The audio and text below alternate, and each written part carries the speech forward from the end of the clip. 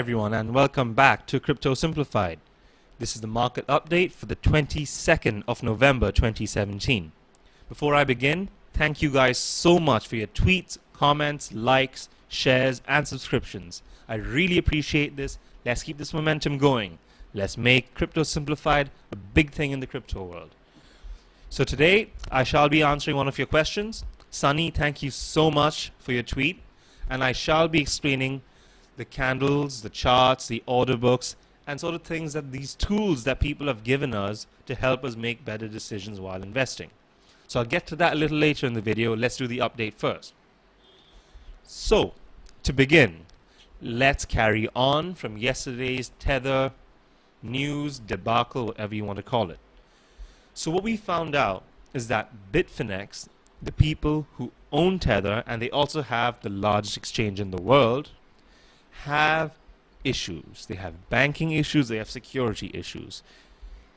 If you want more information on that, I've attached a link to a New York Times article where the writer has absolutely taken apart the history of exchanges and how this has affected people in the past and what it can mean for our future. And I am personally very skeptical that anyone would lend a company that got hacked 15 months ago $400 million to show just for an audit. That makes no sense whatsoever. So the plot just keeps thickening, guys. So I'm going to keep watching this and let you know as things develop. So this is the article I was talking about. So you will check this out and you will not be worse off for this. It's got a really balanced point of view. It talks about the pros, the cons, the history, and it's worth your time. Next up, the history of Bitcoin and the history of skepticism of Bitcoin. It's a bubble, it's a bubble, it's a bubble. When it hits an all-time high of $8,000, people are telling you to buy it. Okay, I understand. Bitcoin was a much riskier investment when the market cap was, let's say, $50 million. Of course it was a more risky investment then. Is it any less risky right now? Yes. Is it a certainty that it'll be the thing that gets you millions and billions? No. Nothing is certain in this market. You need to realize that cryptocurrencies can become zero. They can become millions. We don't know yet. We're all learning. And even investing right now, you are taking a risk. Yes, this risk is considerably smaller than what it was even a year ago. But it's still a risk. Every single investment is a risk. There is no guarantee of you getting returns. Only invest what you are willing to lose. Only invest what you're willing to lose. Print that on a t-shirt, wear it, because this is vital. This is cryptocurrency. This isn't a market where we are insured for losses. It's not anything like that. So please, please, please do your research. Be careful.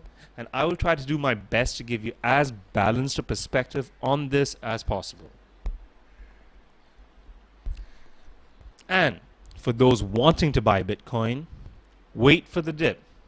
Buy the dip is a cliche in this community, but it's a cliche that actually rings true. Bitcoin crashes roughly once every quarter. And this crash is actually quite sizable. Anywhere from 20% to 70%. But that was way back when Bitcoin was a really tiny entity, highly volatile. Currently, the size of the crashes are sort of evening out a little bit. So you can expect a 20 to 30% price dip on the next one. Have your money ready when this happens. Don't just charge in right now thinking that any time is a good time. Yes, it could probably go up. But at the same time, wouldn't you want more bang for your buck? That's all I'm saying. So next, onto the market update. We have had a few massive increases in the top 100 coins. Power Ledger just keeps going on, But the one we're going to talk about first today is Zcoin. What is Zcoin? The letter Z implies that they use zero knowledge proofs, which is basically a way that computers can verify a transaction has happened without needing to know the actual content of the transaction and between whom this transaction has taken place. This is a little bit of a complicated concept, I will attach zero knowledge proof FAQs and further reading in the description, but you don't need to understand the actual deep inner workings of this. You just need to know that it is another way of verifying transactions. If you're going to get more technical into it, you're going to be rewarded by researching it, because it is a very, very, very interesting concept. But I personally do not know enough about the technical side of this to actually teach you. I would encourage you to do your own research. But what I do know about this is that they recently announced nodes and master nodes. So you must be wondering, what is a node? The easiest way to illustrate something like this is possibly like a roundabout. So you've got roads that go from point A to point B, but then you've got these little intersections where lots of traffic can go through. So a node is sort of like that. But this node is a person or a wallet where people can keep their Z coins, and just holding the Z coins helps verify transactions on the network. At the end of the day, this is a blockchain technology, and blockchain technology is an open ledger.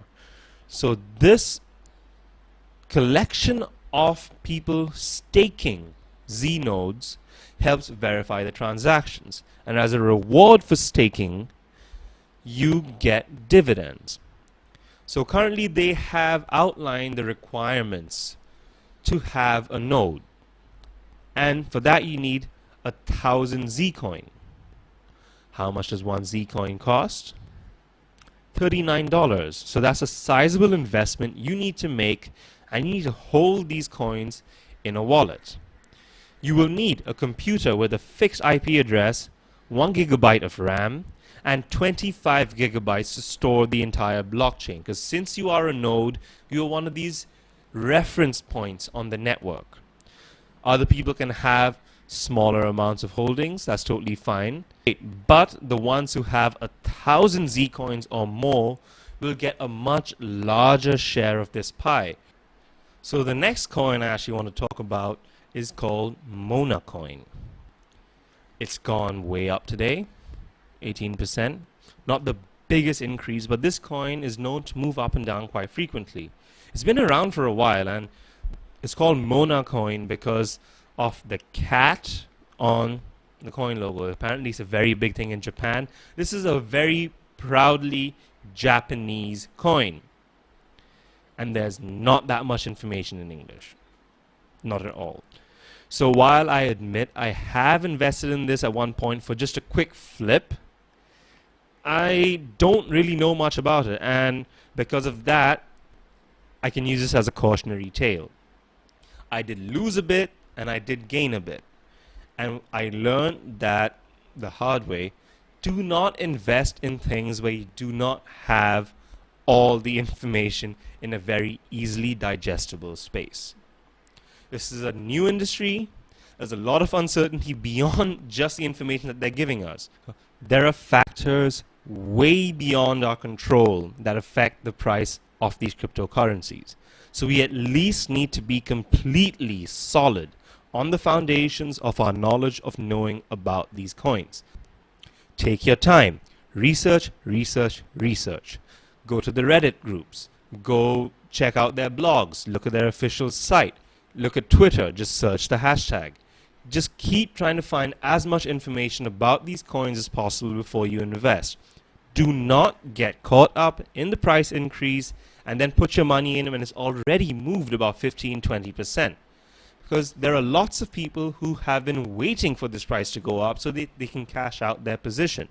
And if you have already invested when the price is up, you might just jump ship when the price drops a little bit, and that will just compound the price dropping. If you're not going to cash out, some other people might cash out. So do not get caught up in these large swings up and swings down. The chart reading extension that I'll put to this video will sort of help you gauge whether you should be entering or not. But then again, there are no certainties in this market. This is just the logic that I use when looking to invest. Pierce holes in my logic. Look at other people's videos. Compare and contrast different methods, because the truth is somewhere in between everyone's perception. So, having given you that warning about research, let's go on to the next one. Raiden Network Token. This is an ERC20 token, so that means it's on the Ethereum network. And at first glance, it just seems like every other token really. It's talking about privacy, low fees, quick transactions, all that. So what are they actually doing different? Because they've not been around very long and the price has quadrupled. There has to be something there, so I looked into it. This is where the money's at. It's the comparison to other projects where they are actually acknowledging the other developments in the space. So we know that the Lightning Network's a big buzzword and it lets us transact between currencies. And the Lightning Network is enabling that for things based on the Bitcoin source code. So we've got Litecoin, Vertcoin, Bitcoin. They can all sort of, people are developing ways for these tokens to transact between each other. And Raiden is going to be doing this for the ERC20 tokens, and there's a ton of them. So again, we're moving towards making these exchanges obsolete. So that is one massive, massive benefit. It also talks about how this thing called sharding, which is an implementation on the Ethereum network, will actually be complementary to this, because it allows the capacity of Ethereum to increase by using multiple chains on the Ethereum network to help handle the load. The Raiden network will also be using this, but they've also worked a little bit of a tweak in their system to make this a little bit better, or so they claim. Let's see how this works in practice. And the last one, where they're name dropping IOTA's Tangle, it's basically them saying, oh, our experimental technology is better than your experimental technology. Let's just see how this works in practice before you make any decisions. I personally am kind of optimistic about IOTA's Tangle, but it's all experimental. I just cannot wait to see this in practice, because if it works, it's going to revolutionize things. If it doesn't work, back to square one, see where it didn't work. We're all learning. It's incremental improvement on the existing systems until we can find a way to completely replace them. But till that point, we're all learning, taking it one step at a time. And the last coin that I specifically want to talk about today is Steem. 14% increase. I've actually been waiting for this for a very long time. I invested a while back. I was about 30% down, and this feels great. This feels great seeing Steem go up. Nice bit of positive news for me personally, but also for the platform itself, because I didn't invest in this thinking, oh wow, I can just flip this quickly. No, no, no, no. I really believe in the Steem platform. So what exactly are they all about? This is what the interface looks like. It's still in beta, but they are basically a new form of Reddit that does not rely on advertising. And they're sort of trying to extrapolate this idea of having media without the need for advertisers and advertising influencers to come in and alter the content and sort of create these fast tracks to getting certain sponsored content over others. This works. They're trying to re-democratize information the way we see it, because an advertiser-based model that we currently use is not the best fix. Think about it this way.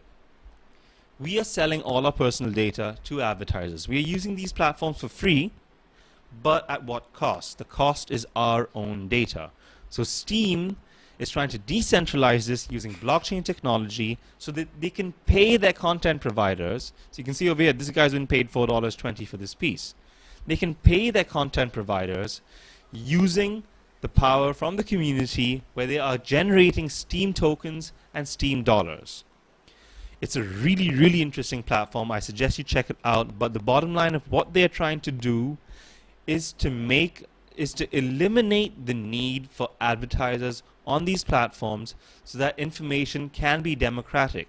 Information will work on community traction. It will work on community consensus. And the writers will get paid for their contributions to the community. Reddit Karma is just a token thing that you can. Yes, it's a reflection of your contributions to the community. But over here, you're actually getting paid for doing exactly the same thing. Steem is currently a pretty small platform, but I suggest if you have something to say, anything, get involved, post about it, get paid for it, because this is the new economy we're trying to develop. And speaking of the new economy we're trying to develop, Steem has been injected with $20 million to fund further decentralized content spreading things on their blockchain. This is fantastic. This is really fantastic. This is news from like last week though. So why are we seeing this increase in Steem right now? I have no idea. But there are projects in the works to actually make the most of this new economy. Content creators no longer need to riddle their stuff with ads. We can move past this. We can move past intrusive advertising and data collection. We just won't need it anymore. And I am so optimistic about this as a massive advocate for people's private rights, their rights as citizens, and their rights to keep their data and their browsing history private. I think this is one of the greatest things that blockchain can bring to the mainstream. So I'm in this for the long haul. I am in this to see Steem become a major player and take power away from these people selling our data. We deserve to be able to contribute and earn without someone else taking a cut. So this is Marv from Crypto Simplified signing off. Thank you so much for watching. Please like, subscribe, tell your friends, and click that bell button to get every single notification for when I upload a video. Look out for my video on chart reading coming up next. And take care. Have an awesome day and see you again soon.